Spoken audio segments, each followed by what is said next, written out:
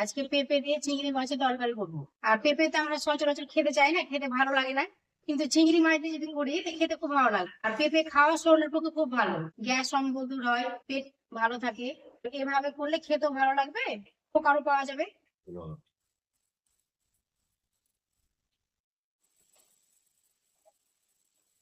চিংড়ি মাছের ভেজে তুলে রাখলাম।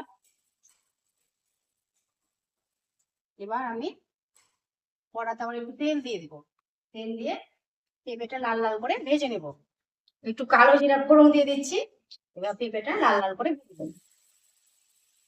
আর একটু লবণ, একটু হলুদ দিয়ে দিচ্ছি।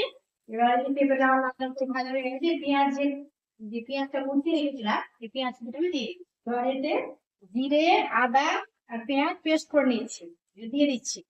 একটু জিরে গুঁড়ো দিয়ে দিচ্ছি, জল দিয়ে দিলাম। একটু কাশ্মীর লঙ্কার গুঁড়ো দিয়ে ঢাকা দিয়ে দেবো হালকা। নামার 5 মিনিট আগে চিংড়ি মাছটা দিয়ে নেড়ে চেড়ে নামিয়ে নেবো। নামানোর 5 মিনিট আগে চিংড়ি মাছটা দিয়ে দেবো, তাহলে রান্নাটা হয়ে গেল। এবার আমি চিংড়ি মাছটা দিয়ে দিলাম।